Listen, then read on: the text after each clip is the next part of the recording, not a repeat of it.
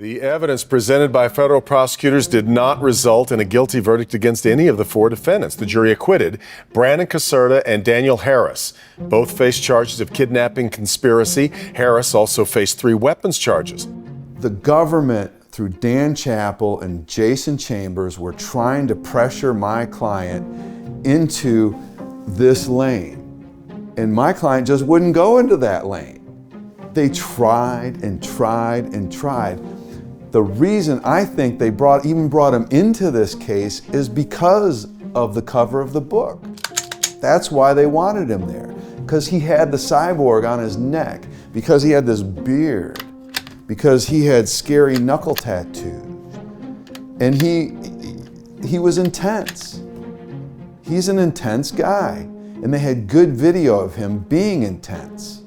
The insidious part comes when the FBI is inserting it, specifically at the direction of Jason Chambers and Dan Chappell. He was excellent at it. He was very good. He was very good, very manipulative as far as turning their conversation to something violent. What they were doing, they took these kids, and Dan Chappell is, if they're talking about pizza and girls, redirecting them to talk about, we need a plan, we need a plan. We need plan A, and plan B is reinforcing plan A, and plan C is changing the mag. I can't tell you how many times I heard that out of his mouth. I'm disappointed. We raised, specifically with Impola and Jason Chambers, I think there were real and serious issues raised.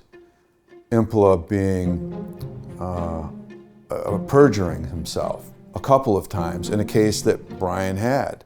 That is a real issue. That is a real issue, a big issue.